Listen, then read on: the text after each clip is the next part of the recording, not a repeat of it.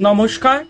Ramakrishna TV YouTube চ্যানেলের পক্ষ থেকে সকল মা, বাবা, দাদু, দিদা, ঠাকুমা, ঠাকুর দাদাদের জানাই অনেক অনেক ভালোবাসা, প্রীতি ও আন্তরিক শুভেচ্ছা। সবাই ভালো আছেন, ভালো থাকবেন। আমি আবারও চলে এসেছি শ্রী শ্রী রামকৃষ্ণ মিশনের স্বামী প্রভানন্দজির লেখা লোক শিক্ষক শ্রী রামকৃষ্ণ সম্পর্কে আলোচনা করতে। আজকে আমরা আলোচনা করব নারী শক্তির জাগরণ এবং পতিতের ভগবান। দেশের মেয়েদের সচেতন করে তুলতে শ্রী রামকৃষ্ণ কতই চেষ্টাই না করেছেন। তিনি সর্বত্যাগী সন্ন্যাসী। তিনি তার মহৎ জীবন, ভালোবাসা, সহানুভূতি, দরদ, মিষ্ট আচরণ ও বাণী দিয়ে নারী শক্তিকে জাগিয়ে তুলেছিলেন। তার সাধন জীবনের প্রধান একজন গুরু ছিলেন মহিলা ভৈরবী ব্রাহ্মণী। চিরাচরিত নিয়ম ভেঙে অচ্ছুধ্বনি কামার্ণীকে ভিক্ষামার মর্যাদা দিয়েছিলেন।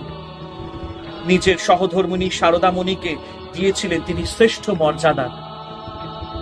দেশের মেয়েদের জাগরণের জন্য তৈরি করে রেখে গেলেন শারদামণিকে। শারদামণি নারী জাতির আদর্শ। ঘরে ঘরে মেয়েরা তার জীবন থেকে শিখবে, নিজেদের সেভাবে তৈরি করবে। শ্রী রামকৃষ্ণের কাছে এসেছেন অনেক মহিলা। তিনি তাদের মনে ধর্মভাব জাগিয়ে তুলেছিলেন। ঈশ্বর লাভের জন্য সেই সব মহিলারা সাধনা করে পথ দেখিয়ে গেছেন। এদের মধ্যে ছিলেন গোপালের মা, অঘরমণি, যোগীন মা, যোগীন্দ্র মোহিনী, গোলাপ মা, গোপাল সুন্দরী, গৌরী মা, মৃণানী, লক্ষ্মী মা, লক্ষ্মীমণি, বাবুরামের মা মাতঙ্গিনী, বলরামের গৃহিণী কৃষ্ণ ভাবিনী। এরাই এই যুগের সীতা, সাবিত্রী, মৈত্রী, গার্গী। সুন্দর জীবন এদের, পবিত্র চরিত্র। নতুন ভারতবর্ষের এরাই হলেন নারীদের আদর্শ। যাদের কথা বলা হলো, ঠাকুর তাদের উপায় করে দিয়েছেন। যাদের জীবন এমন পবিত্র নয়, যাদের চরিত্র নিয়ে সমাজে বদনাম আছে, তারাও শ্রীরামকৃষ্ণের নজরের বাইরে ছিলেন না।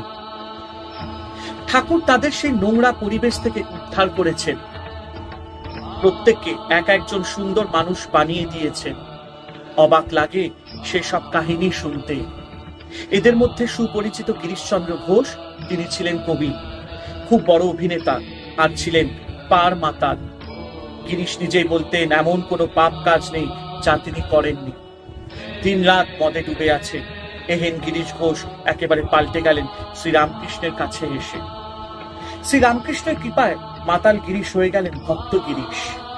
এমনই ভাবে বদলে গেল সুরেশ মিত্র, দানাকালী বা কালীপদ ঘোষ এবং আরো অনেকের জীবন। এরা হয়ে গেলেন ভগবানের ভক্ত।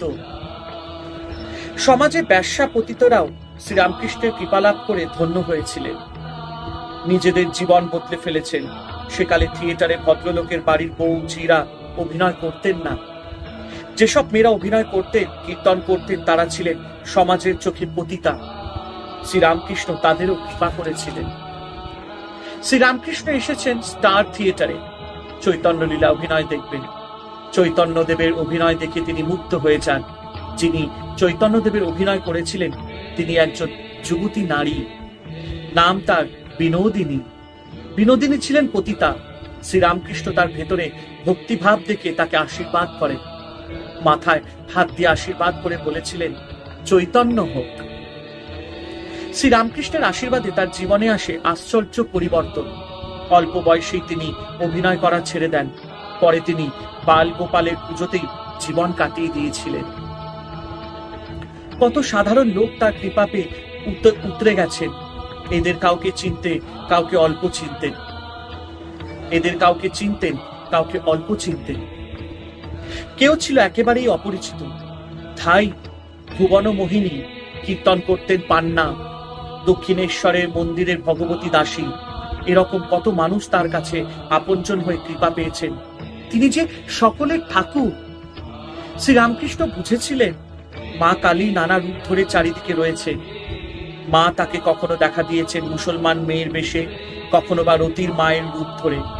তিনি অনুভব করতেন মা কালী রং বেরঙের কাঁথা গায়ে দিয়ে নানা রূপ ধরে উকি ঝুঁকি মারছেন। জগতের মাই সবকিছু হয়ে আছে। কালীবাড়ির পুরনো কর্মী রসিক ম্যাথর, সে দেখে কত লোক আসছে শ্রীরামকৃষ্ণের কাছে। শান্তি পেয়ে আনন্দ নিয়ে ফিরে যাচ্ছে তারা। রসিকের মনেও বাসনা জাগে, কিন্তু সে যে ম্যাথর, কেউ যে তাদের ছোঁয় না। তবু সে সাহস করে। একদিন ঝাউতলা থেকে পঞ্চবটির দিকে আসছিলেন শ্রীরামকৃষ্ণ। রসিক আর থাকতে পারে না, এই তো সুযোগ। রসিক তার পায়ে লুটিয়ে পড়ে কাঁদে, বাবা, আমার কি কিছু হবে না? শ্রীরামকৃষ্ণ রসিককে স্নেহ করে তুলে ধরেন, ভরসা দেন তাকে, আশীর্বাদ করেন। শ্রীরামকৃষ্ণের আশীর্বাদে ম্যাথর রসিক ভগবান দর্শন করে দেহত্যাগ করেন। শ্রীরামকৃষ্ণের কাছে মুচি, ম্যাথর, বামুন, কায়েত এসব জাতপাতের বালাই ছিল না। ছিল না ধনী গরিবের সমস্যা। সবাই তার কাছে আপনজন। সবাইকে নিয়ে তিনি কোল দিয়েছেন, কৃপা করেছেন। হরে কৃষ্ণ কৃষ্ণ কৃষ্ণ হরে হরে, হরে রাম রাম রাম হরে হরে। জয় শিব শম্ভু, জয় দেবী দুর্গা তিনাশিনী, জয় মা কালী, জয় শ্রী রামকৃষ্ণ পরমহংসদেবের জয়, জয় ঠাকুরের জয়।